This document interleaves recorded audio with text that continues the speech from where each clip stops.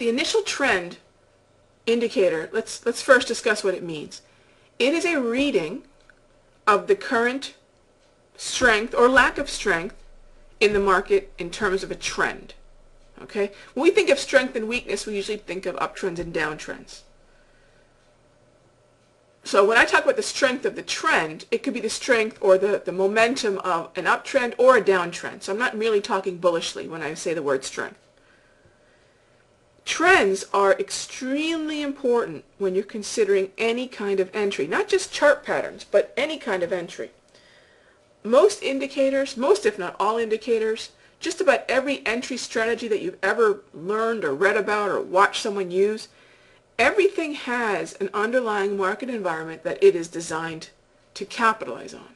Whether you know it or not, that's a fact.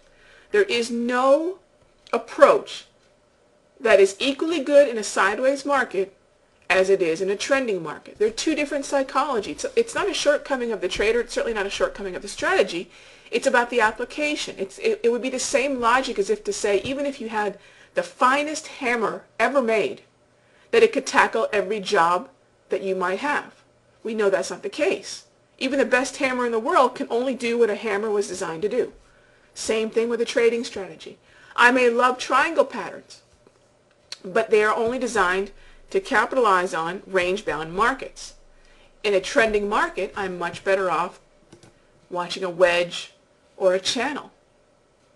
Okay, maybe even a flag. So remember, each pattern has an underlying psychology that allows it to form in the first place and is best traded within. Now, a lot of times you will get patterns that occur in a less than ideal market cycle. You could get a triangle in a trending market. You could get a wedge in a sideways market.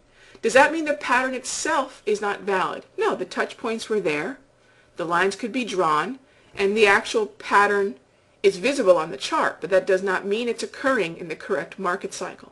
Okay, a lot of times traders fall into a psychological trap where they've taken the time to draw the pattern, and because they've taken that time, they're now committed. And they'll trade the pattern regardless of whether it's occurring in the right market cycle or not. How do I know whether it's occurring in the right market cycle? That is what the initial trend does.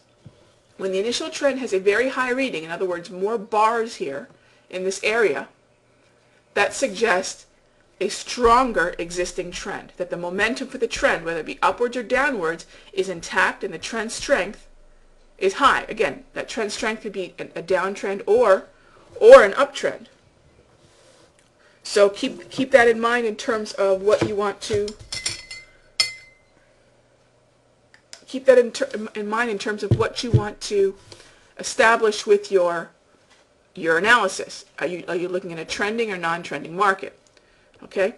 If it is a high reading here, it's a high trending market. If it's a low reading, like what we see right here, you notice this?